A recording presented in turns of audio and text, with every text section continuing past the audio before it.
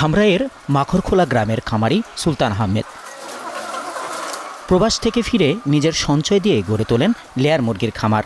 ডিম আর মুরগি বিক্রির আয় দিয়ে আসে সমৃদ্ধি। কিন্তু 5 বছর ধরে চলে আসা এই স্বপ্নের যাত্রায় হঠাৎই ধস। ডিমের দাম পড়ে যাওয়ায় লোকসানের কাছে হার মানতে হয় তাকে।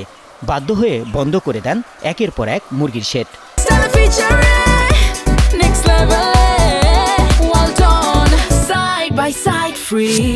আমরা বাজারই পাচ্ছি না এখন। সব মিলিয়ে 700 টাকার মতো প্রায় বাজার ডিমের। এটা আমাদের মানে অনেক লস হয়ে যাচ্ছে। একটা ডিমের পিছনে আমাদের কিন্তু প্রায় 9 টাকার কাছাকাছি খরচ হয়ে যায়।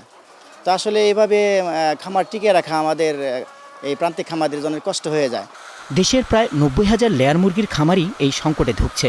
তারা বলছেন, চাহিদার দিকে খেয়াল না রেখে বড় খামারিরা দেদারসে ডিম উৎপাদন করছে, আর সরবরাহ বাড়ায় কমেছে ডিমের দাম।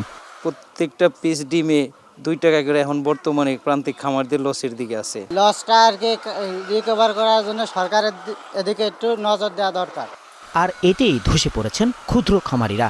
এই পরিস্থিতির জন্য প্রান্তিক খামারি ও কর্পোরেট প্রতিষ্ঠানগুলোর মধ্যে সমন্বয়ের অভাবকে দুষলেন খাত সংশ্লিষ্টরা।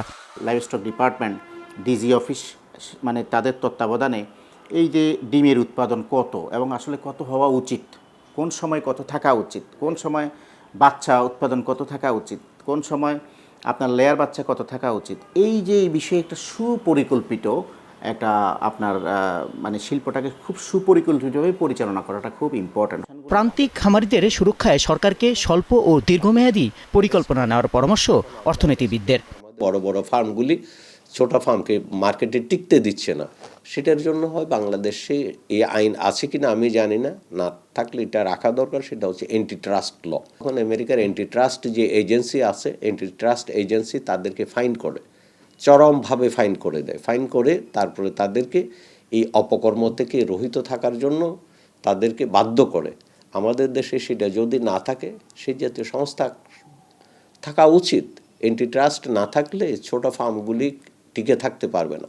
প্রাণী সম্পদ অধিদপ্তরের তথ্য বলছে, দেশে জনপ্রতি ডিমের চাহিদা বছরে 137টি। গেল অর্থ বছরে উৎপাদন হয়েছে 2500 কোটিরও বেশি ডিম।